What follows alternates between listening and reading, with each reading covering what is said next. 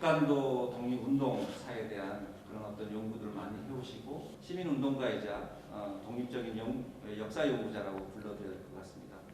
우리 최성주 선생님 모시고 1시간 동안 재미있는 강연 듣도록 하겠습니다. 네, 반갑습니다. 최성주입니다. 여기 이분은 저희 할아버지 최운산 장군을 작년에 봉오동 전투 100주년 기념화로 이렇게 그린 그림입니다. 무기도 군복도 식량도 없는 헐벗고 굶주린 우리 독립군들이 일본군을 대파한 그런 기적이라고만 봉오동 전투에 대해서 공부를 했었는데요. 이제 오늘 그 역사 속으로 한번 새롭게 들어가 보려고 합니다.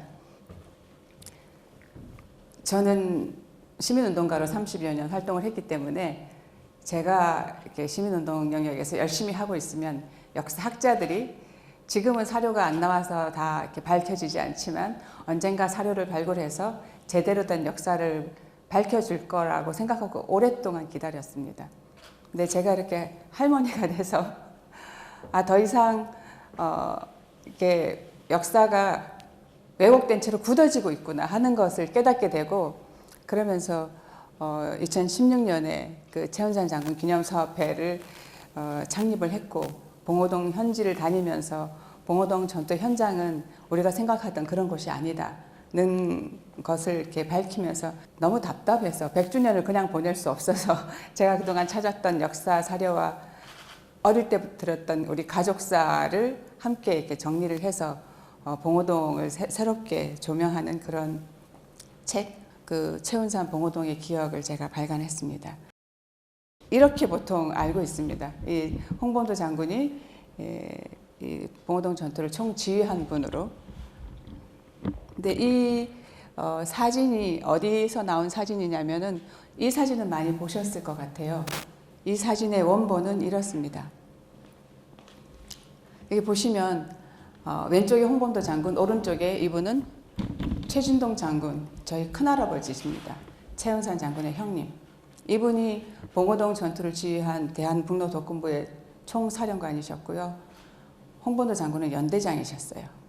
그리고 이 사진은 여기 설명이 있는 것처럼 1922년 1월에 이렇게 모스크바 극동민족대회에 우리 독립군 지도자들이 대거 참석을 했었습니다.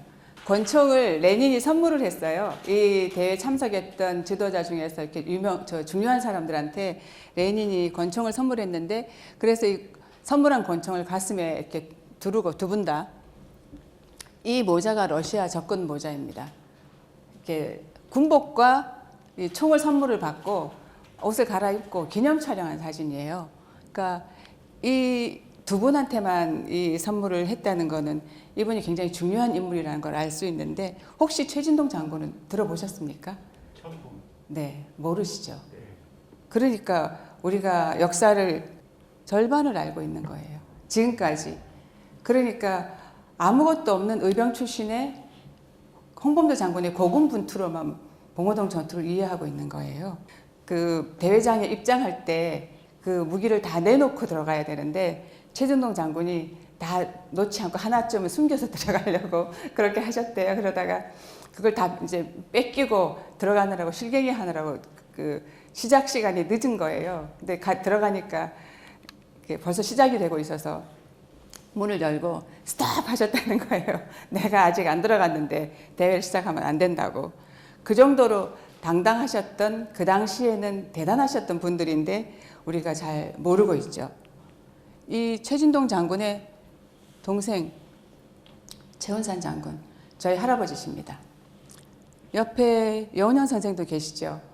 그러니까 이분들이 그 모스크바 극동민족대회를 참석하실 만큼 중요도에 있는 중요한 인물이었다는 것을 이렇게 역사가 기록하지 않았던 거예요, 지금까지. 이 사진을 2018년에 찾았습니다. 그러니까 이때까지는 이분들이 모스크바 극동민족대회에 참석했다는 사실조차도 알려지지 않았던. 그래서 이분들의 역사 속으로 이렇게 조금 들어가 봐야 돼요. 이 중에서 제가 오늘 최운산 장군에 대해서 조금 더 구체적으로 설명을 드릴 텐데요. 이 최운산 장군은 간도 제1의 재벌이었습니다. 굉장히 넓은 땅이 굉장히 최운산 장군의 부하였던 분이 우리 집에 오셔서 부산에 저희가 살았는데 1.4.5대 때 내려와서 부산에 저도 부산에서 태어났거든요. 근데 그분이 할아버지의 땅이 얼마나 넓은지 아니 하고 설명해 준 게 이 부산의 6배만 했단다. 이렇게 설명을 해 주셨어요. 그러니까 한 도단위 정도라고 생각하면 된다고. 굉장히 넓은 토지를 소유했고 그 토지에서 나는 작물과 또 축산업으로 이렇게 여기 보면 러시아에 그 식량을 수출했다고 러시아 군의 그 이제 소와 곡물을 수출을 했는데 한 번 수출할 때 300~400마리를 이렇게 몰고 가서 넘기는 그런 규모였다고. 그 기업 운영을 많이 하신 거예요. 이게 콩기름, 국수, 양조장, 성냥공장, 비누공장 이런 당시의 생필품들을 공장이 이제 막 생겨났던 때였다고 해요. 그래서 손을 대는 것마다 그렇게 잘 됐다고. 그러면서 한 달 농사 짓는 것보다 하루 공장에서 번 돈이 훨씬 더 많았다고. 그러니까 굉장히 오랫동안 돈을 벌면서 독립운동을 했기 때문에 군자금을 이렇게 계속 감당을 하실 수 있었던 거죠. 이분에 대해서 우리가 조금 더 이해를 하려고 하는 이유는 이분이 굉장한 무림 고수였고 그 당시 그 장장님이라고 하는 중국의 지배 세력의 그 부대에서 군사훈련을 책임졌던 분이고 봉오동을 신안촌으로 개척을 해서 봉오동을 군사기지로 이렇게 만드셨던 분입니다. 그 봉오동에 있는 사병부대가 나중에 복립군의 모체가 되는 거거든요. 우리가 알고 있는 봉오동을 새롭게 봐야 되는 게 봉오동에는 1912년부터 사병부대가 이미 운영이 되고 있었고 1915년에는 그 봉오동을 일대를 인원이 너무 늘어나서 수용하기 위해서 벌목을 하고 연병장을 만들고 그 둘레 그 본부와 이 둘레 성을 쌓고 이런 완전한 군사 기지를 했던 게 1915년이에요. 그리고 우리 임정이 1919년에 수립이 되고 이 부대를 전환을 합니다. 대한민국의 군대로. 대한군무도독부라는 최초의 군대가 생겼던 거예요. 그런 내용을 처음 듣는 내용이기 때문에 이게 뭔가 싶으시겠지만 어쨌든 이 첫째가 최진동이고 둘째가 최은산이고 셋째 최치흥은 이렇게 작전 참모를 함께 하셨고 이 세 분은 그 지휘부를 운영하고 있었고 막내는 어렸기 때문에 형님들을 도와주는 정도로 이렇게 참전을 했다고 합니다. 근데 이분들이 이제 봉오동을 건설하셨고 그 봉오동을 독립군 기지로 운영을 하고 있다가 대한군부도독부 그리고 통합군단이 이제 1920년에 만주에 있는 독립군들이 모여서 통합군단을 만들거든요. 그 군대를 운영하셨던 분들 많은 학자들이 1920년대 초에 그 자유시 참변이 있었고 우리 독립운동은 거기에서 다 와해됐다 이렇게 설명을 하는데요. 그거 아니었다. 1930년대에도 계속 무장 세력을 유지를 하고 있었고 독립군을 훈련을 하고 있었고 그래서 1933년에 대전자령 전투는 보통 중국군하고 우리가 협력을 해서 이겼다고 이렇게 설명을 하는데요. 그때도 우리 무장 독립군들이 계속 있었던 거죠. 그래서 저희 아버지가 최은산 장군의 서훈 신청서에 독립운동 기간을 쓰는데 이분이 1945년 7월 5일 날 돌아가셨는데 1945년 7월 4일 7월 4일까지라고 그렇게 기록을 하셨어요. 그 만주 독립운동에서 굉장히 중요한 인물이 이 장장님이라는 장쩔이라는 사람이 장학량의 아버지입니다. 이 사람이 당시 그 동북 삼성 지역의 지배 세력이었고 사실 초기에는 굉장히 이 최은산 장군 형제들과 가까웠고 또 당시 그 군벌 시대였기 때문에 군벌들 간의 전쟁이 있을 때 최은산 장군이 이 사람의 목숨을 구해준 그런 인연으로 신뢰가 굉장히 깊었고 그래서 독립운동을 할 수 있도록 이 장장님 부대에서 사병들을 모집을 해서 데리고 나갈 수 있도록 허락을 해줬어요. 왜냐하면 동북 삼성 지역의 주민들이 대부분 조선 사람이었었거든요. 거기 중국 사람들이 많이 들어와 살던 곳이 아니었기 때문에 그래서 최은산을 따라 나간 사람이 100여 명이 되는데 그걸 허락을 해주고 우리 봉오동 전투 시기까지는 그 일본군의 요청 이런 걸 우리한테 다 이렇게 알려주면서 첩보 역할을 해줬었어요. 그래서 봉오동 전투, 청산리 전투 이런 시기까지는 우리가 중국군하고 관계를 맺으면서 잘 할 수 있었는데 사실은 23년 이후에는 독립군을 배반하는 역할을 해서 이 미스야 협정이라는 거는 독립군 두당 얼마 포상금을 준다 뭐 이런 내용이 적혀 있거든요. 그런 것을 이렇게 주도했던 독립군을 완전히 배반하고 돌아섰던 사람입니다. 저는 아무런 사료가 없어서 우리가 못하고 있는 줄 알았는데요. 이게 1965년에 나온 이강훈이라는 이분은 독립운동가 출신의 이렇게 역사가인데요. 이분은 그렇게 설명을 해요. 거의 개인적인 힘으로 수백 명의 사병을 기관으로 일대 전투 군단을 양성한 사람이라고. 그 봉오동 전투에서 부르의 이름을 남긴 기관이 대한군무도독부라는 설명을 합니다. 또 3.1운동 이후에 이제 독립운동 열기가 이제 높아지는 상황에서는 우리 독립을 찾는다고 하는 그런 측면에서 이제 애국적인 결단을 하고 자기의 모든 어떤 재산을 독립운동에 이제 바친 그런 측면에서 보면 이제 상당히 그 무장투쟁에 이제 헌신한 그런 측면에서 보면은 상당히 그 계급적으로는 이제 대주주 출신이지만 이 애국적으로 정치적으로는 말하면 독립운동에 이제 기여를 했던 그런 집안이나 볼 수가 있고. 봉오골이 주목을 받을 수밖에 없었는가? 자신들이 의식하지 않았던 의식했던 그거는 그 지역에 그 많은 사람들이 모여서 먹고 자고 할 만한 뭔가가 있었다라는 거죠. 청산리는 그런 공간이 아니에요. 이동하는 과정에서 일본군하고 싸운 전투 공간이니까 근거지 내지는 기지라는 개념의 공간은 아니에요. 봉오동은 기지의 개념의 공간입니다. 독립군을 양성한 봉오동은 또 하나의 독립군 기지였다. 러시아 연해주를 기반으로 한 연해주 독립군 기지, 신흥 무관학교가 있었던 서간도 독립군 기지, 그리고 봉오동 독립군 기지. 과연 이 세 개의 독립군 기지 사이에 교류는 없었을까? 서간도, 북간도를 구별하지 못하는 분이 대부분이더라고요. 제가 물어보면은. 예. 서간도는 압록강 건너를 서간동이라고 하고요. 북간도는 두만강 건너를 북간도라고 합니다. 여기 백두산을 기점으로. 그리고 나머지 이쪽에 이제 러시아 쪽에 연해주. 서간도 독립운동기지, 북간도, 연해주 이렇게 설명을 하는데 제가 이렇게 하시면 안 된다는 말씀을 드리려고 합니다. 왜냐하면 이렇게 쭉 그리면 대한민국보다 더 커요. 우리 독립군들은 어디 있었느냐면 신흥무관학교 여기 있었습니다. 압록강 바로 건너. 여기 유아현이라는 곳에 경학사가 시작됐고 봉오동은 여기가 함경북도 온성이거든요. 온성을 딱 건너면 봉오동이 있습니다. 그러니까 이렇게 안 가는 거예요. 여기인 거예요. 여기. 연해주도 여기가 블라디보스톡입니다. 블라디보스톡이 이 연해주 독립운동 지역에서는 가장 핵심이었던 그런 곳입니다.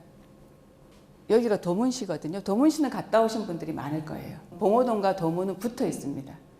걸어서 30분이 안 걸리는 곳이에요.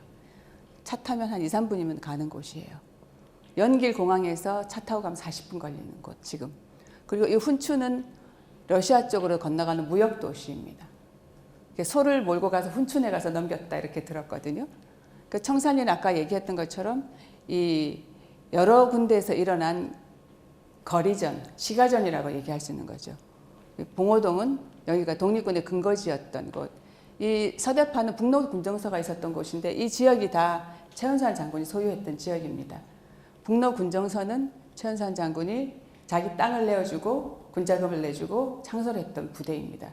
이 지금 북로군정서도 김자진 사령관이다 이렇게 알고 있잖아요. 북로군정서 총재는 서일이라는 장군이고 김자진 장군은 이제 작전사령관이나 야전사령관 같은 위치였었던 그런 분이죠. 그래서 이 십리평에는 사관영성소라고 단기 이 독립군 양성소가 있었던 십리평 지역, 이 일대가 최은산 장군이 소유했던 왕청현이라는 지역입니다. 만주에서 독립운동은 다 신흥무관학교 출신이 했다 이렇게 설명을 해요. 그래서 그럴 수 없다는 걸 이렇게 말씀드리려고 합니다. 무장투쟁은 대부분 이 북간도 지역에서 일어났고 서간도 지역에서는 춥고 배고프고 굶주렸다는 소식을 우리가 굉장히 많이 듣고 있어요. 지금 우리 독립군들을 다 춥고 배고프고 굶주렸다는 얘기가 서간도 지역의 얘기만 계속 들었기 때문입니다. 이분들의 후손들이 살아서 나와서 그 얘기를, 그러니까 이회영 일가의 후손들이 살아있잖아요. 그분들이 또 정치적으로 성공을 하셨고, 그러니까 자기 집안 얘기가 많이 이렇게 나올 수밖에 없었고, 그런 의미에서 이제 북간도 출신의 후손인 저희 형제들이 되게 부끄러워하는 지점입니다. 봉오동 전투, 청산리 전투에는 서간도 지역이 아니고 거기에서 훈련하고 익혔던 그 군인들이었다는 거. 그래서 사실은 최근에 이상년 선생 이런 얘기를 하는 게 이회영 일가만 다 했다고 이렇게 알고 있다가 그 약간 넓혀간 거잖아요. 서간도 지역도 북간도 지역으로 가면은 우리가 정말 이 독립 전쟁을 아주 축소하고 왜곡한 그런 부분에 대해서 이렇게 다시 설명을 해보자는 말씀을 드립니다. 그래서 아까 말씀드렸던 것처럼 봉오동의 독립 전쟁은 소규모 게릴라전이 아니고 일본군과 대한민국의 군대가 이렇게 붙어서 격돌해서 우리가 이겼던 대규모 전쟁이었다.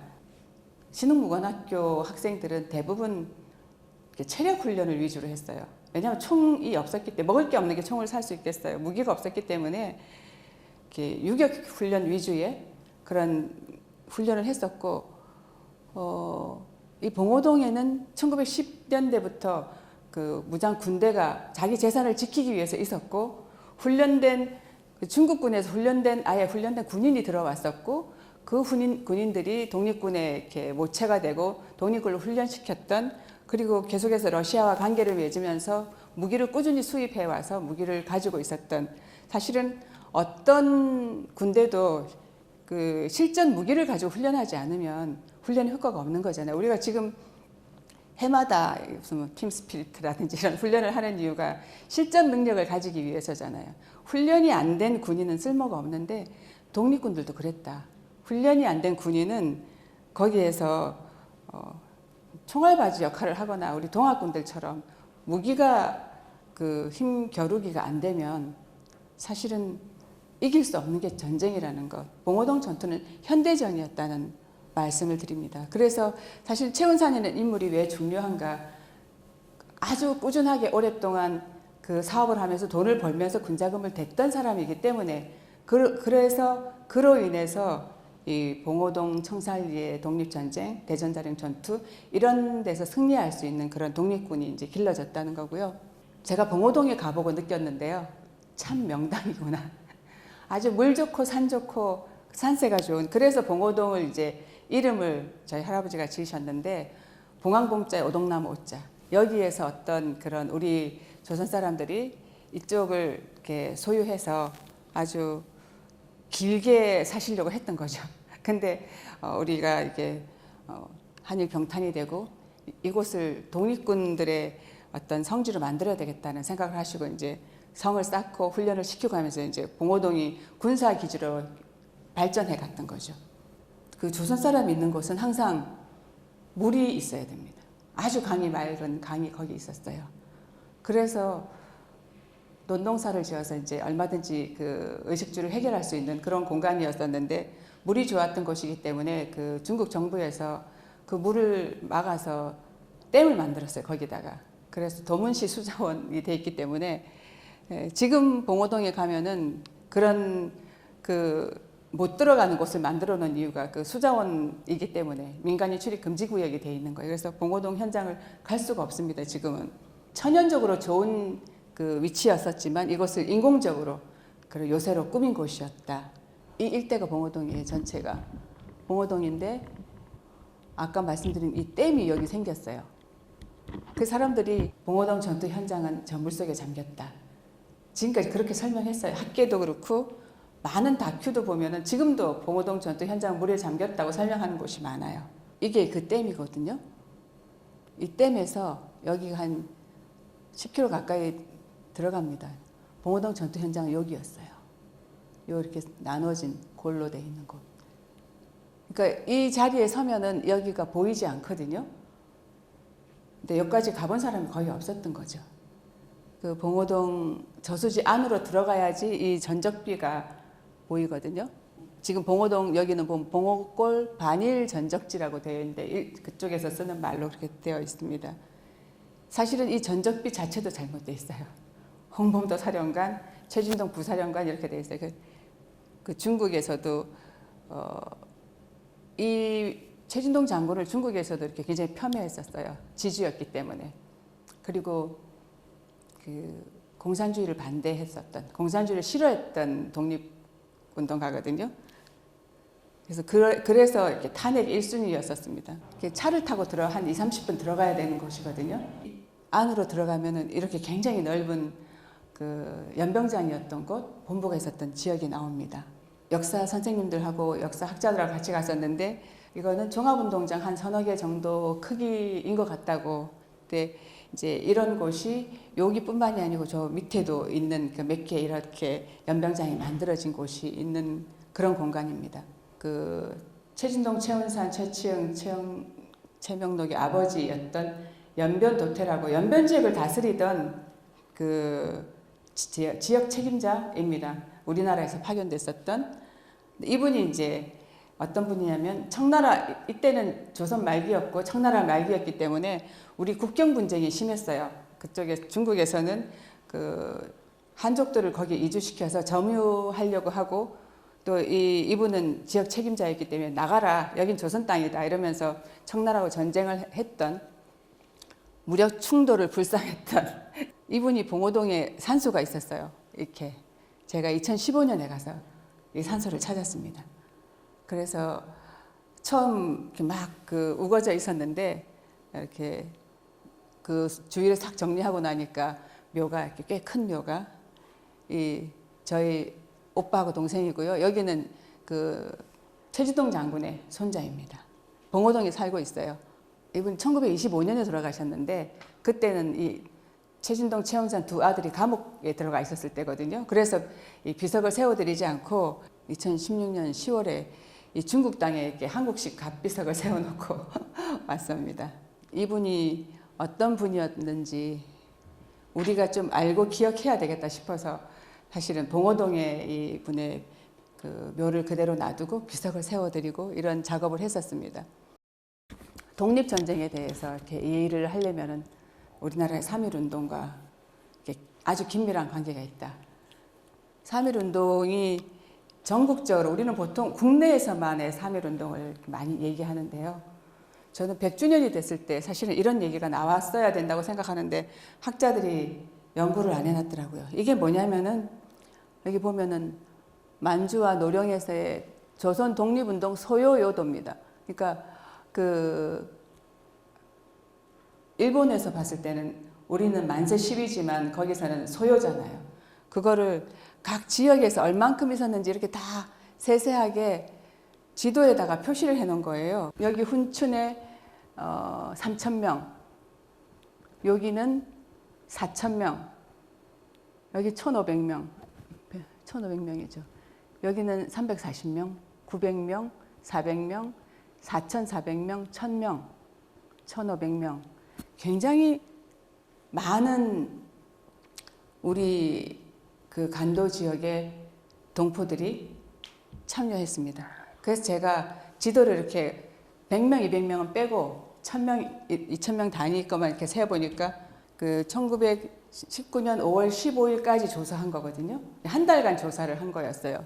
이건 대부분이 북간도예요. 주민들의 대부분이 북간도 지역은 조선 사람이었고 서간도는 인원이 적었기 때문에 이렇게 한 지역에 그 당시 북간도, 서간도 전체 인구가 35만이었다고 하더라고요.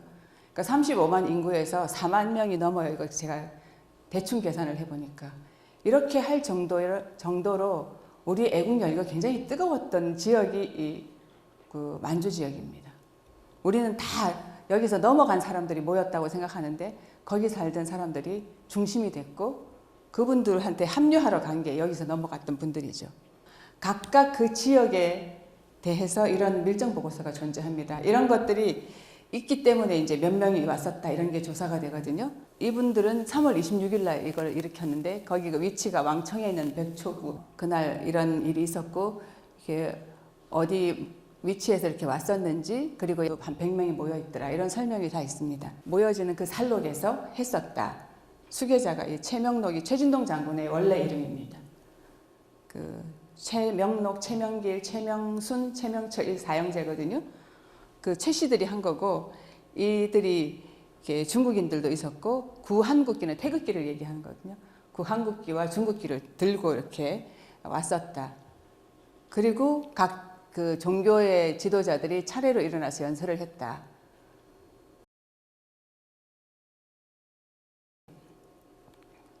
그러고 나서 상해에서 임정이 생기죠. 이게 전국적인 그런 열기 후에 최운산 장군이 개인적으로 1912년부터 양성했던 사병부대 이때는 처음 시작할 때는 내가 조선 사람의 생명과 재산을 보호하기 위해서 왜냐하면 당시는 마적이 횡행할 때였기 때문에 마적으로부터 생명을 보호하겠다는 일단 그런 그 근거를 만들어서 사병부대를 운영을 하다가 1915년이 됐을 때는 인원이 굉장히 많아서 봉오동을 개간을 해서 큰 독립군 기지로 만들고 제대로 운영을 하면서 19년까지 간 거예요. 19년이 됐을 때는 670명 규모가 됐었는데 그때 이제 우리가 이제는 독립전쟁을 준비하자 그러면서 형제들이 다 이제 최진동 장군은 그 백초구 중국 지역의 순경국장을 맡고 있는데 다 사직을 하고 동생도 장장님 부대에서 일하고 있었는데 사직을 하고 그 독립전쟁에 이제 뛰어들었던 거죠.